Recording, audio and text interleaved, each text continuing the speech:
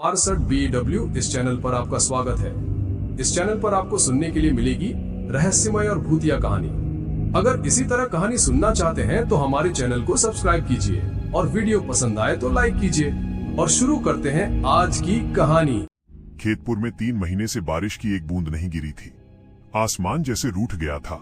वो नीला नहीं बल्कि धूल भरे बीमार पीले बादलों का एक अंतहीन कैनवास बन गया था, जो हर दिन मंडराते पर कभी बरसते नहीं थे। जमीन किसी बुजुर्ग के चेहरे की तरह फट चुकी थी। गहरी दरारों में घास तक उगने से डरती थी। सूखे ने सिर्फ खेतों को नहीं, लोगों के मन को भी बंजर कर दिया था। रातें अब और भी डरावनी लगने लगी थीं। गांव के किनारे लगे पीपल के पेड़ों से गुजरती हवा किसी और ही दुनिया की लगती। वो हवा सिसकियां नहीं लेती थी, वो खुरचती थी, जैसे कोई सूखे नाखूनों से आसमान को खुरच रहा हो। दूर कहीं कोई कुत्ता भौंकता तो पूरा गांव एक पल के लिए ठहर जाता, जैसे किसी अनहोनी का इंतजार कर रहा हो। धीरे धीरे डर और भूख ने लोगों के दिलों में अंधविश्वास को जन्म दे दिया। किसी ने कहा, देवी कालिका हमसे नाराज हो गई हैं। किसी ने फुसफुसाया, जरूर किसी ने गांव पर श्राप दिया है। उसी गांव के सिरे पर, जहां कच्ची पगडंडी खत्म होकर जंगल की झाड़ियों में समा जाती थी, सावित्री रहती थी। एक समय था जब लोग उसे प्यार से वैद्यमयी, वैद्य मां कहते थे। हर घर में उसका नाम इज्जत से लिया जाता था।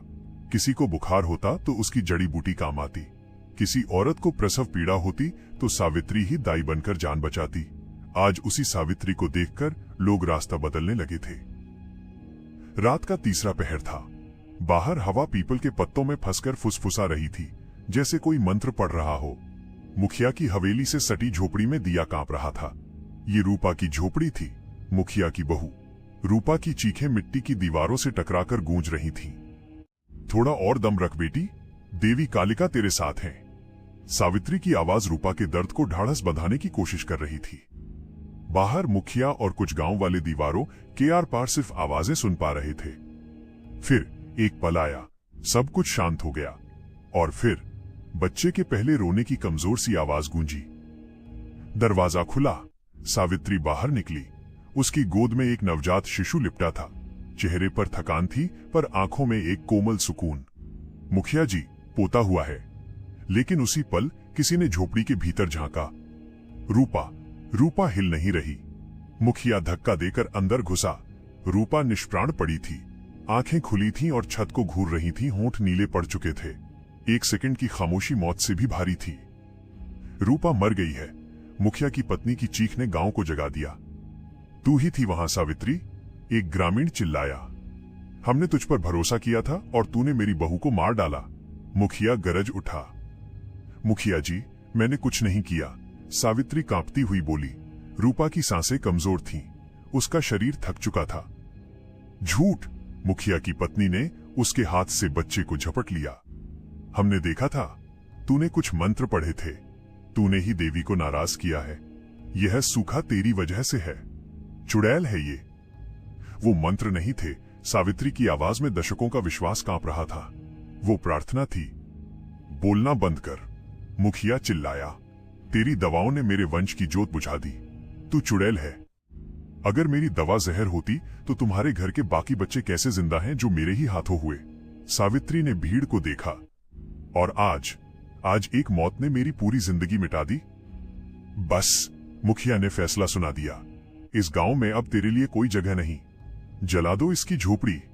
भीड़ ने उसे धकेलते हुए गांव की सीमा से बाहर कर दिया। वो धीरे धीरे अंधेरे में चली गई, उसी रास्ते पर जहां जंगल शुरू होता था। वो रात ठंडी थी। सावित्री जंगल के बीचों बीच पुराने कालिका मंदिर पहुंच गई। वो टूटी हुई मूर्ति के सामने घुटनों पर गिर पड़ी। देवी, वह चीखी। मैंने क्या गलत किया? मैंने तो बस जीवन दिया और उन्होंने मेरा घर जला दिया। मूर्ति शांत रही। अगर तुम न्याय नहीं कर सकती, उसने जमीन पर मुक्का मारते हुए कहा, तो मैं करूंगी। उसे गांव के बुजुर्गों की कही बातें याद आईं कि इस मंदिर में देवी की पूजा नहीं, एक पुरानी तामसिक शक्ति की पूजा होती थी। सावित्री के दिमाग में एक ठंडा ख्याल आया। उसने पास की गीली मिट्टी को खुरचा और एक पुतला बनाया। मुखिया, तुमने मेरा सच जलाया। गांव वालों, तुमने मेरी इज्जत मिट्टी में मिलाई। उसने पुतले में अपने ही सफेद बालों का एक गुच्छा मिला दिया। उसने अपनी जली हुई साड़ी का एक काला धागा तोड़ा और उसे पुतले के गले में कस दिया। मैंने जानें बचाई और तुमने मुझे चुड़ैल कहा। उसने एक नुकीले पत्थर से पुतले की छाती पर लिखा, तेरा सुख मेरी प्यास। जो मेरे साथ किया वो तुम्हें लौटेगा। उसने पुतले को जमीन में गाड़ते हुए फुसफुसाया, तुम्हारा अंत मेरा बदला। जैसे ही उसने गड्ढे को मिट्टी से भरा, मंदिर के गर्भगृह से एक गहरी घुरघुराने की आवाज आई। सावित्री वहीं बेहोश होकर गिर पड़ी। अगली सुबह वो वहां नहीं थी। अगली सुबह से ही मुखिया के घर में हवा बदल गई। एक अजीब सी मीठी सड़ी हुई बदबू, जैसे जले हुए गुड़ और सड़े हुए मांस का मिश्रण, घर के हर कोने में बस गई। मुखिया के खेत सड़ने लगे, उसकी गाय भैंसें बीमार पड़ गईं, और फिर लता, मुखिया की पत्नी, बीमार पड़ गई। पहले हल्की थकान, फिर बालों का झड़ना, फिर एक एक कर उसके हाथों पर गोल गोल नीले हरे निशान उभरने लगे। वे निशान नहीं थे, वे नसें थीं जो उसकी त्वचा के नीचे धीरे धीरे रेंगती हुई लगती थीं। रातें भयानक हो गईं। लता चीख कर उठती। उसकी आवाज में दोहरी आवाजें थीं, एक उसकी अपनी डरी हुई और दूसरी एक खुरदरी सूखी आवाज। वो बड़बड़ाती, वो आ गई, वो देख रही है, उसे प्यास लगी है। मुखिया का चेहरा डर से पीला पड़ चुका था। मुखिया ने गांव के आखिरी बचे ज्ञानी पंडित हरिनाथ को घर बुलाया। पंडित जी ने घर में कदम रखते ही अपनी माला इतनी जोर से पकड़ ली कि उसके दाने चुभने लगे। ये क्या हो रहा है पंडित जी? मुखिया गिड़गिड़ाया।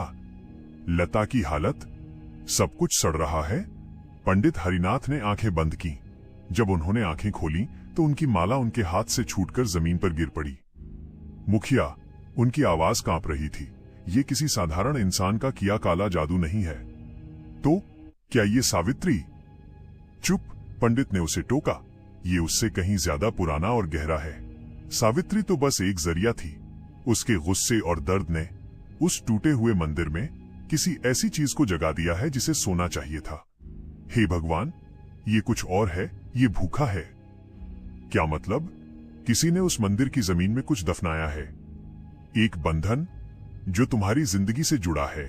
पूर्णिमा से पहले, पंडित ने कांपते हुए कहा, अगर उसे निकाला नहीं गया तो मौत निश्चित है। कहां है वो? पुराना कालिका मंदिर, जहां जमीन सबसे अपवित्र है। रात का तीसरा पहर था। आसमान में चांद अधूरा टूटा सा लटक रहा था। जंगल की पगडंडी पर 4 लोग चले जा रहे थे, मुखिया, पंडित हरिनाथ और 2 गांव वाले जिनके हाथों में कुदाल और मशालें थीं। पुराना काली मंदिर अब सामने था। यही है। पंडित हरिनाथ मंदिर की सीढ़ियों के पास रुके। ये जमीन चीख रही है, खोदो जल्दी। गांव वालों ने कांपते हाथों से जमीन खोदना शुरू किया। मिट्टी सूखी थी, लेकिन हर कुदाल के साथ वही सड़ी हुई गंध उठ रही थी। अचानक कुदाल किसी सख्त चीज से टकराई। ठक, मिट्टी के बीच वो छोटा भद्दा गीला पुतला गड़ा था। उस पर सावित्री के सफेद बाल चिपके थे और गले में काला धागा कसा था, और उसकी छाती पर कोयले से लिखा था, तेरा सुख मेरी प्यास। ये सावित्री का ही काम है। उस चुड़ैल ने। मुखिया गुस्से में चीखा। नहीं मुखिया, पंडित चिल्लाया, ये सावित्री का काम नहीं, ये उसके दुख का काम है। उसके दर्द ने उस शक्ति को जगा दिया है। इसे जलाना नहीं है, इसे शांत करना होगा। ये गांव के अन्याय की चीख है। पंडित हरिनाथ ने अपनी माला उठाई और मंत्र पढ़ने शुरू किए। लेकिन जैसे ही उन्होंने पहला मंत्र पढ़ा, हवा एक तूफान में बदल गई। मशालें बुझ गईं। घुप अंधेरे में उन्हें सिर्फ अपनी सांसों की नहीं, बल्कि हजारों छोटे छोटे पैरों की दीवारों पर खुरचने की आवाजें सुनाई दी। भागो पंडित जी, गांव वाले कुदाल फेंक कर भागे। मुखिया रुको, पंडित हरिनाथ चिल्लाए। पर मुखिया गुस्से और डर से पागल हो चुका था। मैं इसे खत्म कर दूंगा। उसने पुतले को जमीन से उखाड़ने के लिए हाथ बढ़ाया, लेकिन जैसे ही उसकी उंगलियों ने पुतले को छुआ, उसे गुस्सा नहीं आया। उसे याद आया कि कैसे रूपा की मौत हुई थी, कैसे उसने एक निर्दोष औरत सावित्री को गांव से निकाला था, जिसकी जड़ी बूटियों ने उसके अपने बच्चों को बचाया था। पुतले पर लिखा था, तेरा सुख मेरी प्यास। मुखिया का दिल अपराध बोध से भर गया। ये सावित्री की प्यास नहीं थी, ये उस धरती की प्यास थी जिसने अन्याय देखा था। मुझे माफ कर दो सावित्री। मुखिया जमीन पर घुटनों के बल गिर पड़ा। वो पुतले से नहीं, बल्कि उस अंधेरे जंगल से बात कर रहा था। मुझसे भूल हुई, मैंने सच नहीं देखा। देवी, मुझे माफ कर दो। वो रो रहा था। एक मुखिया का घमंड अपराध बोध में पिघल रहा था। जिस पल उसके आंसू जमीन पर गिरे, मंदिर में गड़गड़ाहट शांत हो गई। हवा रुक गई। वह डरावना खुरचने वाला सन्नाटा टूट गया। मुखिया ने डरते डरते पुतले को छुआ। वो अब गीला नहीं था, वो सूखी भुरभुरी मिट्टी बन चुका था। मुखिया के छूते ही वो ढेर हो गया। काला धागा भी टूटकर धूल में मिल गया। अंधेरे में सिर्फ पंडित हरिनाथ की कांपती सांसों की आवाज आ रही थी। मुखिया जी, चलो पंडित, घर चलना है। मुखिया डरते डरते वापस हवेली पहुंचा। घर में शांति थी, वो सड़ी हुई बदबू जा चुकी थी। वो धीरे धीरे लता के कमरे की ओर बढ़ा। लता पलंग पर सो रही थी, उसके चेहरे पर शांति थी। मुखिया ने दिया पास किया। उसके हाथों पर वे रेंगते हुए नीले हरे निशान गायब हो चुके थे। वे बस हल्के भूरे धब्बों की तरह रह गए थे। लता ने आंखें खोली। उसकी आंखों में कोई और नहीं, सिर्फ वही पुरानी लता थी। पानी, उसने कमजोर आवाज में कहा। अगली सुबह सूरज निकला। बादल अभी भी पीले थे, पर उतने बीमार नहीं। मुखिया सीधा गांव के उस सिरे पर गया जहां से सावित्री को निकाला गया था। उसने जंगल की ओर मुंह करके आवाज लगाई, वैद्यमयी, सावित्री, मुझे माफ कर दो। कोई जवाब नहीं आया। मेरी पत्नी बीमार है, गांव को तुम्हारी जरूरत है। मैंने पाप किया है, पर गांव को सजा मत दो। मुखिया वहीं जमीन पर बैठ गया। कुछ घंटों बाद जब सूरज सिर पर था, झाड़ियों में हलचल हुई। सावित्री बाहर निकली। उसकी साड़ी अभी भी फटी हुई थी, बाल बिखरे थे, पर उसकी आंखों में गुस्सा नहीं था, सिर्फ थकान थी। मुखिया दौड़कर उसके पैरों पर गिर पड़ा। मुझे माफ कर दो मां। सावित्री ने उसे उठाया। उठो मुखिया, पश्चाताप से बड़ा कोई मंत्र नहीं। चलो, लता को देखना है। सावित्री वैद्यमयी बनकर गांव वापस लौटी। उसने लता के लिए जड़ी बूटियां उबाली, और जैसे ही सावित्री ने दवा का पहला घूंट लता को पिलाया, बाहर किसी ने शोर मचाया, बारिश। खेतपुर के सूखे आसमान से, जो महीनों से रूठा हुआ था, ठंडी मीठी बूंदें गिरने लगीं। धूल भरी जमीन पर पानी पड़ा और मिट्टी की सोंधी खुशबू पूरे गांव में फैल गई। पीपल के पत्ते धूल से आजाद होकर हरे चमकने लगे। गांव वालों ने सावित्री को वापस अपना लिया था और देवी ने गांव को माफ कर दिया था। खेतपुर में बारिश को लौटे अब कई महीने बीत चुके थे। गांव, जो कभी धूल और दरारों का घर था, अब हरियाली की चादर ओढ़े हुए था। पीपल के पेड़ पहले से ज्यादा हरे थे और हवा में अब सड़ांध नहीं, बल्कि गीली मिट्टी की सोंधी खुशबू थी। मुखिया के पश्चाताप ने न सिर्फ गांव को बचाया था, बल्कि उसे एक नया नेता भी दिया था। सावित्री को वैद्यमयी का सम्मान वापस मिल चुका था। वो अब जंगल में नहीं, बल्कि गांव के बीच एक नए घर में रहती थी, जिसे खुद गांव वालों ने मिलकर बनाया था। रूपा का बेटा, मुखिया का पोता, अब सावित्री की ही देखरेख में बड़ा हो रहा था। सब कुछ ठीक लग रहा था, सिर्फ एक चीज को छोड़कर। लता, मुखिया की पत्नी। लता का शरीर तो ठीक हो गया था, पर उसकी आत्मा पर गहरे जख्म रह गए थे। उसके हाथों से वे नीले हरे निशान तो चले गए थे, लेकिन वो अब भी अक्सर अपने हाथ पैर ऐसे झटकती जैसे उस पर कोई कीड़ा रेंग रहा हो। वो सावित्री से बात करती थी, पर उसकी आंखों में देख नहीं पाती थी। जब भी सावित्री उसके पोते को गोद में उठाती, लता के हाथ कांपने लगते थे और वो बहाना बनाकर बच्चे को वापस ले लेती थी। मुखिया ने कई बार देखा, रात के अंधेरे में लता अपनी हथेलियों को घूरती रहती थी। क्या हुआ लता? एक रात मुखिया ने पूछा। लता ने सहम कर अपने हाथ छिपा लिए। कुछ नहीं, बस ऐसा लगा कि वे निशान वापस आ रहे हैं। ये तुम्हारा वहम है, मुखिया ने उसे समझाया। सब ठीक हो गया है। सावित्री ने हमें माफ कर दिया, देवी ने हमें माफ कर दिया। सावित्री ने माफ कर दिया, लता ने फुसफुसाते हुए कहा, पर उस मंदिर का क्या? वह शक्ति, वो तो वही है। लता का ये डर, जो पहले सिर्फ एक वहम था, धीरे धीरे जहर बनने लगा। इस डर को सबसे पहले पंडित हरिनाथ ने महसूस किया।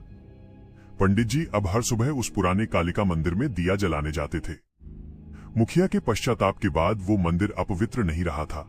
एक सुबह जब पंडित जी मंदिर पहुंचे, तो उन्होंने देखा कि दिए की बाती जल तो रही थी, पर उसकी लौ कांप रही थी और उसका रंग नीला पड़ गया था। अजीब है, उन्होंने सोचा। तभी उन्हें मंदिर के गर्भगृह से एक आवाज आई, पिछली बार की तरह घुरघुराने की नहीं, बल्कि एक दबी हुई सिसकी की, जैसे कोई छोटा बच्चा डर से रो रहा हो। पंडित जी फौरन मुखिया के पास भागे। मुखिया, अनर्थ हो रहा है। मंदिर की शक्ति, वो फिर से जाग रही है। पर कैसे? मुखिया घबरा गया। मैंने तो पिछली बार वो सावित्री के गुस्से से जागी थी, पंडित जी ने अपनी माला कसते हुए कहा। इस बार वो लता के डर को पी रही है।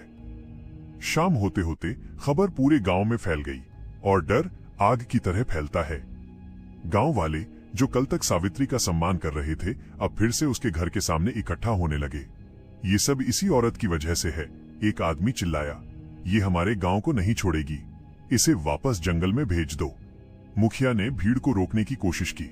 चुप हो जाओ, ये वहम है, लता बस थोड़ी डरी हुई है। तभी मुखिया की हवेली से एक चीख गूंजी। सब दौड़कर अंदर गए। लता जमीन पर पड़ी कांप रही थी। उसकी आंखें छत पर टिकी थीं। वो आ गई, वो आ गई। वह बड़बड़ा रही थी, प्यास, उसे फिर प्यास लगी है। मुखिया ने जब लता का हाथ उठाया तो उसके रोंगटे खड़े हो गए। लता की हथेली पर वही पुराना गोल नीला हरा निशान वापस उभर आया था। अब क्या करें पंडित जी? मुखिया की आवाज में हताशा थी। डर का इलाज पश्चाताप नहीं है मुखिया, पंडित ने कहा। डर का इलाज सिर्फ सच है, और सच ये है कि वो शक्ति तब तक भूखी रहेगी जब तक लता उससे डरती रहेगी। उसी पल दरवाजे पर सावित्री खड़ी थी। भीड़ उसे देखकर पीछे हट गई। तुम यहां क्यों आई हो? मुखिया की पत्नी रूपा की सास गरजी। मेरी बहू को खाकर पेट नहीं भरा? सावित्री ने उसे नजरअंदाज किया और सीधे लता के पास गई। लता उसे देखते ही सिकुड़ गई। नहीं नहीं, मुझे मत छुओ। सावित्री उसके पास जमीन पर बैठ गई। लता, उसने शांत आवाज में कहा, मैं तुम्हें छूने नहीं आई हूं, मैं तुम्हें बताने आई हूं कि मैं भी डरती थी। लता ने हैरानी से आंखें खोली। उस रात सावित्री ने कहा, जब तुम सबने मुझे चुड़ैल कहा और मेरा घर जला दिया, मैं उस मंदिर में न्याय मांगने गई थी। पर जब उस शक्ति ने मेरी पुकार सुनी तो मैं डर गई। मेरा गुस्सा मेरे डर से बड़ा था, इसलिए उसने मेरे गुस्से को अपना हथियार बना लिया। आज तुम्हारा डर तुम्हारे विश्वास से बड़ा हो गया है, इसलिए वो तुम्हारे डर को हथियार बना रही है। सावित्री ने लता का हाथ पकड़ा। लता कांपी, पर उसने हाथ हटाया नहीं। उस पुतले पर लिखा था, तेरा सुख मेरी प्यास। वो मेरी प्यास नहीं थी लता, वो न्याय की प्यास थी। आज वो शक्ति फिर प्यासी है, पर उसे खून नहीं, विश्वास चाहिए। सावित्री ने लता का हाथ मुखिया के हाथ में रखा। मुखिया, सावित्री ने कहा, तुम अपनी पत्नी को लेकर उस मंदिर में जाओगे क्या? मुखिया और पंडित दोनों एक साथ चीखे। हाँ, अकेले, बिना किसी पंडित या वैद्य के। लता अपने डर का सामना खुद करेगी। वो उस शक्ति को बताएगी कि वो अब और नहीं डरेगी। अगली सुबह सूरज निकलने से पहले मुखिया और लता मंदिर की ओर चल पड़े। लता का हर कदम कांप रहा था। वे मंदिर के गर्भगृह में पहुंचे। वहां न कोई आवाज थी, न कोई सड़ांध, बस एक अजीब सी शांति थी जो किसी भी तूफान से ज्यादा डरावनी थी। बोलो लता, मुखिया ने उसका हाथ दबाते हुए कहा। लता ने कांपते हुए टूटी हुई मूर्ति को देखा। मैं नहीं जानती कि तुम कौन हो, उसने हिचकिचाते हुए कहा। देवी हो या कुछ और, पर मैं अब और नहीं डरूंगी। जैसे ही उसने ये कहा, मंदिर में हवा का एक तेज झोंका आया और दिया बुझ गया। लता चीखने ही वाली थी कि मुखिया ने उसे पकड़ लिया। नहीं लता, आंखें बंद मत करो। देखो। अंधेरे में लता ने देखा, मूर्ति नहीं, पर उसके पीछे की दीवार पर हजारों छोटी छोटी नीली हरी बत्तियां जलने बुझने लगीं, ठीक वैसे ही निशान जैसे उसके हाथों पर थे। लता को एहसास हुआ, वो शक्ति डरा नहीं रही थी, वो जवाब दे रही थी। वो भूखी नहीं थी, वो अकेली थी। लता धीरे से आगे बढ़ी और उसने अपना हाथ उन निशानों पर रख दिया। तुम अकेली नहीं हो, उसने कहा। जिस पल लता की त्वचा ने दीवार को छुआ, सारे निशान एक पल के लिए तेज चमक के साथ जले और फिर हमेशा के लिए शांत हो गए। जब मुखिया और लता मंदिर से बाहर निकले तो सूरज उग रहा था। लता ने मुखिया का हाथ नहीं थामा था, वो खुद चल रही थी। गांव पहुंचकर उसने सबसे पहले अपने पोते को सावित्री की गोद से लिया। सावित्री को देखकर मुस्कुराई और बच्चे को चूम लिया। उसने अपनी हथेली देखी, वहां अब कोई निशान नहीं था, बस एक हल्का सा भूरा दाग था, इस बात की निशानी कि डर को जीता जा सकता है। खेतपुर ने सीख लिया था कि पश्चाताप घाव भरता है, पर विश्वास ही उसे दोबारा हरा होने से रोकता है।